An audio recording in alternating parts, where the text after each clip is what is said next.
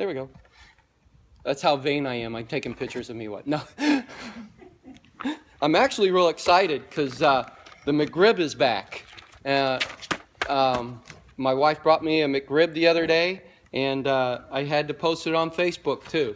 A friend of mine and I, we just enjoy the McRib, and he posted that he went to McDonald's and ordered and then realized that they had McRib and he already had an order. And I texted him back and I said, I feel for you, man, but just don't let your wife know that you messed up that badly, okay? So, I love the McRib. I'm so happy that it's back. And then yesterday, Burger King, they got 3 pancakes for 89 cents. I know, it's awesome. 3, so I had to have them. I made sure Sean Patrick went with me. I knew that he would want to see that too. But, all right, so... to me, it's not really Thanksgiving season now. It's McRib season and pancake season, and so I'm happy. But I'm a little sad, and my friend back there will know why. I forgot to record the Colts game today. What time do they play? They do at noon? Oh, I'm going to miss it. I may try to call my other son before he goes to work and see if he records it for me. But I got to see the Colts, right? No matter how bad they're doing. We're going to be in 2 Timothy chapter 3 and verse 1. And I have what? Till what time again? About 25 till? Okay. All right. So I won't get through the whole thing, and that's fine. All right. Then you'll have another bell at 20. Probably still won't. I talk too much. All right. 2 Timothy chapter 3. As we read this, this is your Thanksgiving Sunday, and so we're going to talk about Thanksgiving a little bit today in both lessons. And when you look at this list, you're like, how's this a Thanksgiving lesson? And so what I want to get to real quick, if you see in the list there, I got it written out here. Let me read it from here, 2 Timothy verse 2, you notice right in the middle of all this list, which we're going to go through, is the word unthankful. It says, and you know that also that in last days perilous times shall come. And then you go down into the list, and we're going to read through these, but the word unthankful is there. And I believe it's in the middle for a reason. In the reason. And part of it is, let's read through the list. For this you shall know also, that in the last days perilous times shall come. For men shall be lovers of their own selves, covetousness, boasters, proud, blasphemers, disobedient to parents, unthankful, unholy, without natural affection, truth breakers, false accusers, incontinent, fierce, despisers of those that are good, traitors, heady, high-minded, lovers of pleasures more than lovers of God, having a form of godliness, but denying the power thereof. For such turn away. Those that have the form of godliness, those are the ones that say, like, I'm spiritual, but I don't have a religion. Or I believe in God, but, I don't believe in religion. I've even had one person tell me one time that they're not for doctrine. I said, then you don't read your Bible. Because the word doctrine's all through the New Testament. And they were shocked when I took them to verses and showed that we're supposed to have sound doctrine and the doctrine of, and they were shocked. And so that's what that's talking about. They talk about God. They love God, or they'll say, I love Jesus, but, I don't believe that we need to go to church. I don't believe we need to do anything, So they have a form of godliness. You'll see that on Facebook a lot. I don't know why I'm getting stuck on this, but you'll see people talk about God, but the pictures and the conversation on Facebook is not godly at all. But they'll have stuff on there that says, Jesus, Jesus, and I love Jesus, and I'm on the praise and worship team. But their Facebook content is horrible. That's a form of godliness, but denying the power. The power. the power of God. If you want to say it in a simpler form, people that are a form of godliness but denying the power are people who have no fear of God. And do we not see that even today? There's really no fear of God. But the word unthankful is right in the middle of all this, and I think for a reason. Because people who act like this cannot be thankful. They're never happy. Sin never makes you happy. Happy people, joyful people, people who have God in their hearts and in their minds, who dwell on the Word of God, who are content, can be thankful, truly thankful. People who are lovers of themselves, it starts out with loving yourself above your love for others. Looking out for number one. I'm going to take care of number one, and that's me. I'm going to get what's mine, and then you can have the leftovers. I was talking one time, I was working in the factory, and this guy was talking about all the different women he'd been with. And then I knew he was married, and finally I just had enough, and I said, well, what about your wife? And he goes, my wife has my heart, but my body belongs to me. That's a lover of who? Himself. Above their love for others. We're about to have a dinner, so don't take this the wrong way. But if you ever want to see somebody who's a lover of himself, have a pitch-in dinner. They got to make sure they're first in line. They got to make sure they get the best piece of chicken. They got to make sure they get the dessert that they want. They got to make sure. Now, usually what I like to do, and I'm glad I come here when you guys have your pitch-in dinners, because I watch, believe it or not, because I see what kind of people you are by a pitch-in dinner. You can tell what kind of church you have by the pitch-in dinners. You really can. I was at a church, and when we'd go to bow to pray, before the dinner, you'd say amen and look up. 20 or 30 people were gone. During the prayer, they had to make sure they got snuck down there during the prayer and got first in line. The pitch-in dinners got so bad, they put me in charge, and I had to make rules. Now I said, I'm sorry. Now, some of you might think this is bad, but I said, I'm sorry that I know this sounds like I'm treating you like children, but you've been acting like it, so I have to. And I had to make rules for adults. We had one guy, we made one rule, you can't come get seconds until you've eaten what you got. Because they would gobble it down real quick and then come back and get more before other people came through the line. And so I instructed the people that, and the guy still had an egg roll in there, and they said, no, I can't give you seconds. Mike says, you got to have your... So he took the whole egg roll and stuck it in his mouth, and then he goes, okay? That's a lover of self instead of loving for others. I mean, that's just a simple example, but we'll see it every day. What comes first? Dessert. No, but I mean in your life. In your life. It'll happen in a marriage. You'll get up and make a cup of coffee and carry it into the front room and never ask your partner once, while I'm here, do you want one?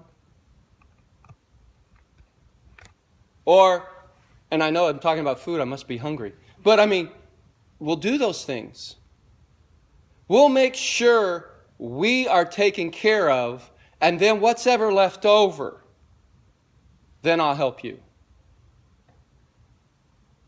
And a person like that can never be thankful because they're consumed with making sure and constantly looking out for and making sure they get what's theirs. And therefore you can't be thankful for what you have. Because you want more. You need more. I've got to be taken care of. And that makes you unthankful. I mean, you read this whole list, and it's horrible stuff. And right in the middle of all this horrible stuff, God puts in unthankful.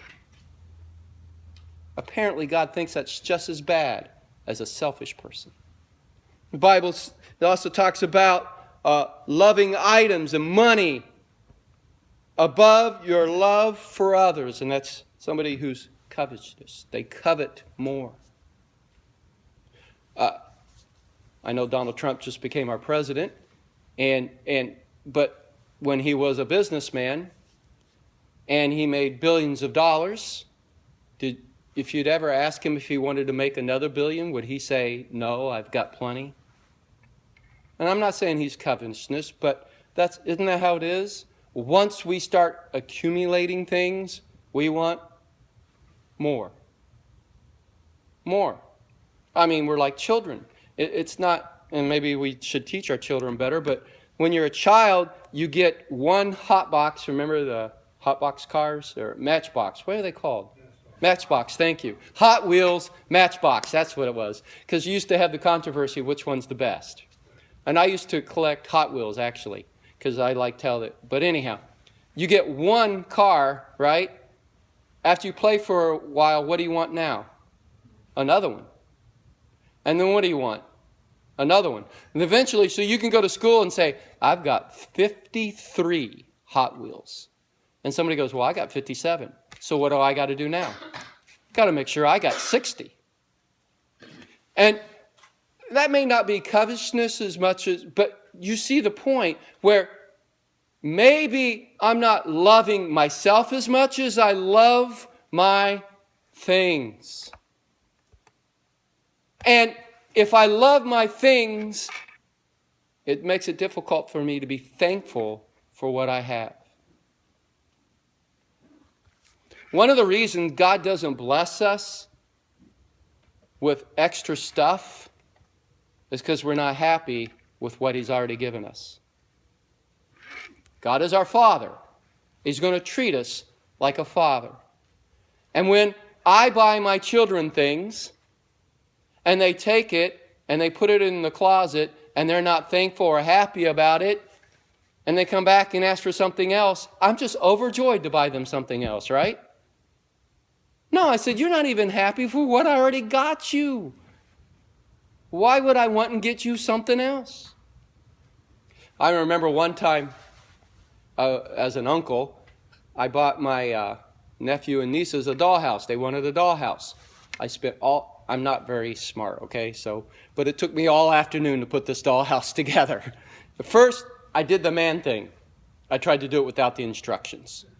And then I finally said, well, where are the instructions? So we had to go find them because we threw it away. And then but anyhow, it took me all afternoon. Set it all up. I was proud of myself. I said, okay, kids, you can play with it. It's one of those big old ones like this, right? I came down the stairs, set myself down on the couch. I told my sister, I said, I put it together. She goes, really? I said, yep, it's all done. They're up there playing with it now. I just got those words out. They come running down the stairs. Uncle Mikey, it's broke. What? I went up there and one had pushed the other one into it. And they wanted me to fix it. No, I'm not fixing. You were not grateful enough.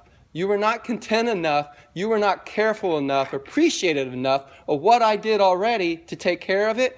I'm not happy. I'm not anxious to hurry up and fix it.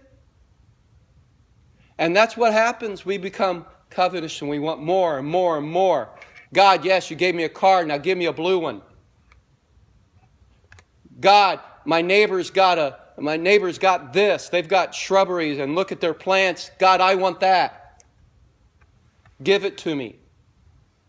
And God says, I've already given you the yard you got. I've given you all this.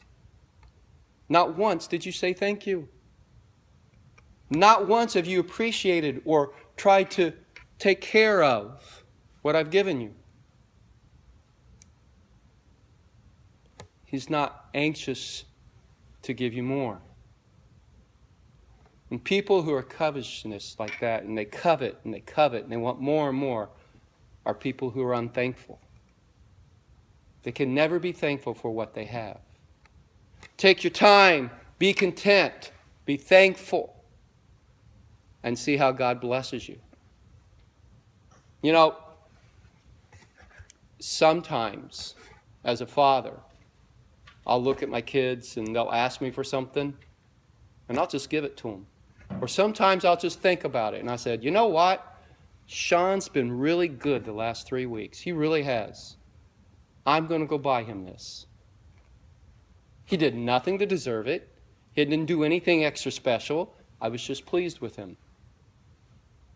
Didn't even ask me. If I do that as a father here on earth, imagine the blessings we would get if we'd be just content with what we have, take care of what we have, enjoy what we have, and God will look down and say, that Christian, I'm going to give them an extra blessing. They didn't ask for it. They don't necessarily need it. But here it is. Because I appreciate how much they appreciate what I've done for them.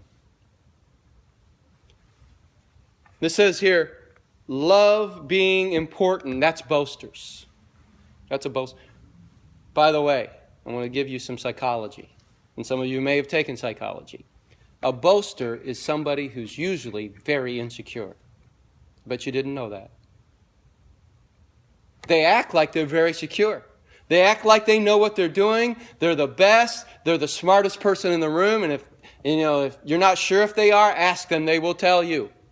They always know what they're doing. They do it better than you. They've caught more fish than you. They've done this job better than you. They boast and boast. You know why they boast? They need that reassurance from themselves. And they need you to reassure them. And they love being important. Now, I've also found out a lot of times they love being important without the work.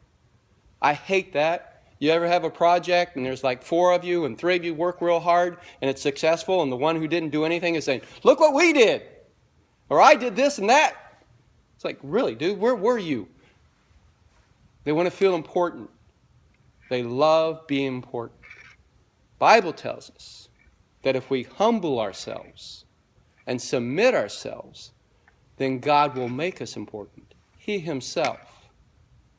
He'll make sure that we stand out, that we look different, that we are successful. In order to be truly successful in life, you need to be humble. You need to be humble and submit to your authorities. I was trying to teach Sean Patrick about how to get promoted at work. And you know how you get promoted? I practice, my wife will tell you. I do what I'm told. I do what I'm told. I don't argue and fight. If there's areas for suggestions or hints or things like that, I'll do that. I'll give my but bottom line, my boss tells me to do something, I do it. I try to do it the way they want it done. They hand out papers, and these are the regulations, and you're supposed to wear this, and you're supposed to do that. I do it. And then when it's time for promotions, they say, Mike, he has a good attitude. He has a good company policy. He follows our policy. He's the kind of guy we want to show everybody else how to be.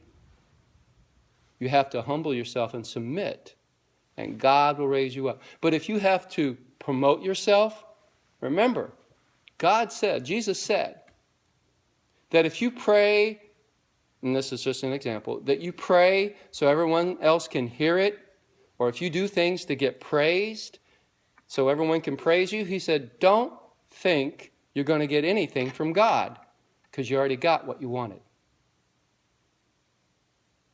You do things to be noticed by people, to be praised, and you got to boast and be praised. He says, I'm not going to bless you. You already got what you're seeking. You got their praise. You got it. And if you pray out loud so everyone knows how spiritual you are, and everyone say, wow, there's a spiritual person, you got the blessing you were seeking. That's what you'll get. And a boaster cannot be thankful. They never will be thankful because they're seeking, they're desiring every moment, every day to look important, to be important. Next one, love being self-sufficient, proud. I can take care of myself. I can do this on my own. And we know people like that. They'll never ask for help.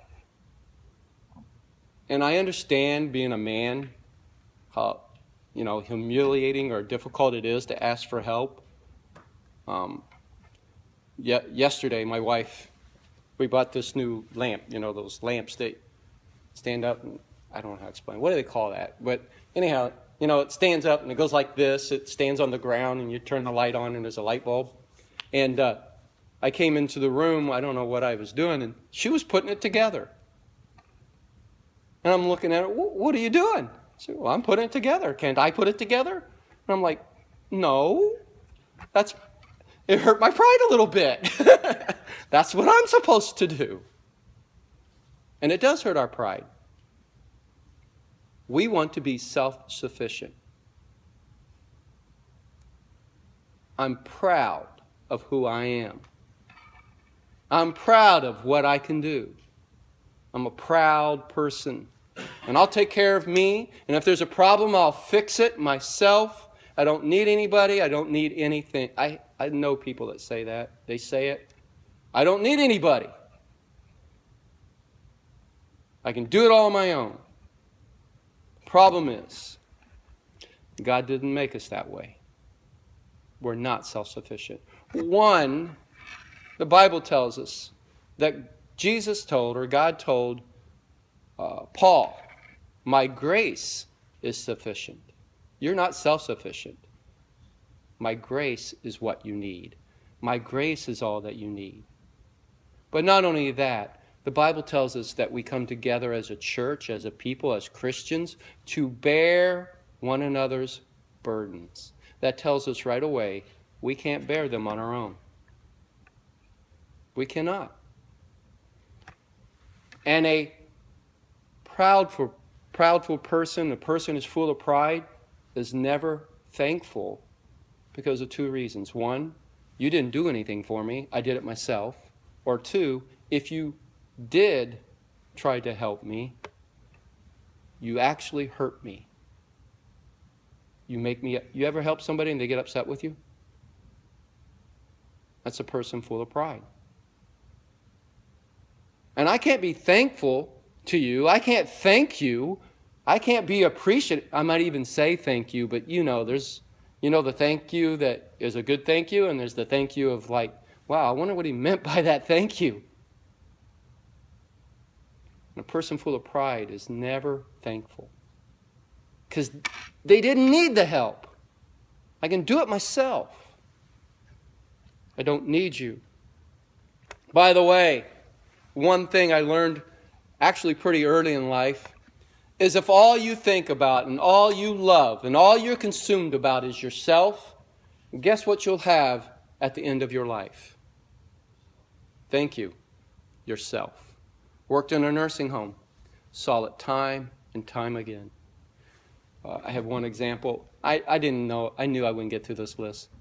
I had a man at the nursing home I was working with. His name was Jack, and Jack was the nicest guy you ever want to meet. Had Parkinson's disease. Had difficulty speaking, so you had to get real close. But wonderful guy. And as I got to know him, nobody in his family came to visit him. This was an awesome guy. And, Christmas, Thanksgiving, birthdays, nobody. Not even those days. And Thanksgiving or Christmas was coming up, and I was sitting there talking with him, and I was getting angry. And he asked me finally what I was angry about. And I said, Jack, I'm angry with your family, your sons and your wife. They never come to visit you. I said, it's horrible. I can't believe they're so cruel. I said, Mike, let me tell you something. He goes, before I got Parkinson's disease, I was a businessman. And I'd spend 10, 12, 14 hours a day running my business. I never went to baseball games. I never went to anything. I never had time for them. He goes, now that I have Parkinson's and I'm older, they don't have time for me. So don't be so hard on them. And it was like a light that went off in my head. That's what happens to us if we become consumed with us. If I love myself, if I love my things, if I'm self-sufficient, if I'm not thankful for my family, my kids, and my church, and my brothers in Christ, if I'm not thankful for what God has provided for me, if I'm all about me, this is where I end up. Just me. And you could still have people around you and they not be a part of you. What a sad, lonely existence. You can be in a home that a wife hates you and kids hate you and mother-in-law hates you and mother hates you, and you're lonely. And when you need that comfort or you need some human contact, it's just really not there. I mean, we're getting close to Christmas. Think of Scrooge. All consumed himself. And what did he find out at the end? He was going to die alone. He had everything he sought for. He had people who feared him. He had money. He had a successful business. He did everything for himself. He was going to die alone. We need to learn to be thankful and not be consumed with ourselves. The next one is a blasphemer. That's somebody who enjoys being verbally abusive. They'll blaspheme God, they'll blaspheme you, they'll blaspheme races. They're verbally abusive. Now, what happens with this is somebody who's like that, a blasphemer, is usually, if you find out and you look in their lives, they're full of hate and bitterness. And bitter people are unthankful people. You can never make them happy. Do you know people like that? Hopefully it's not you. A bitter person is never happy. They'll blaspheme the country. They'll walk all over the flag. They'll walk all over people. They'll curse people. They'll curse God. They're just bitter, mean people. You could give them a cupcake and they'll have something bad to say.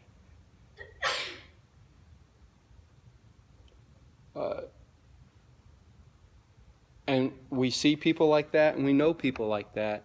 And usually bitterness comes from this.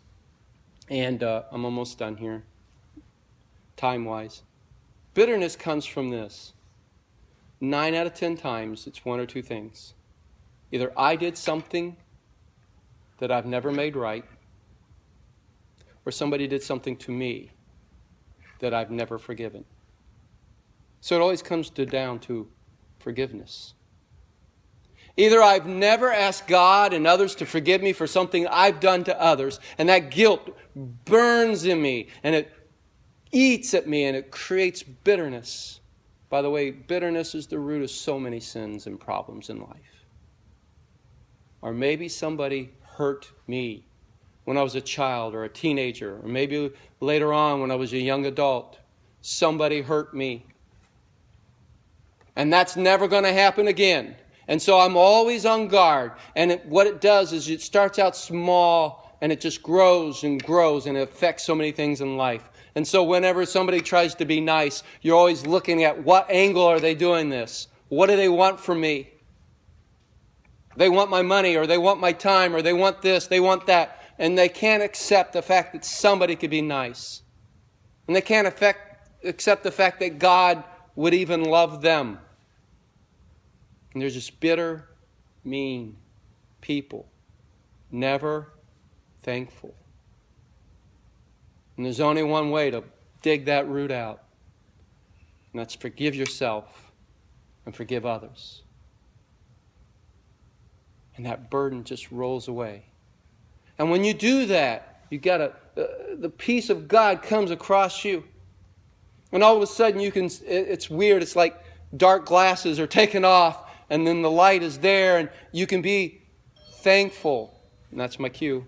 You can be thankful again for the small things, the little things.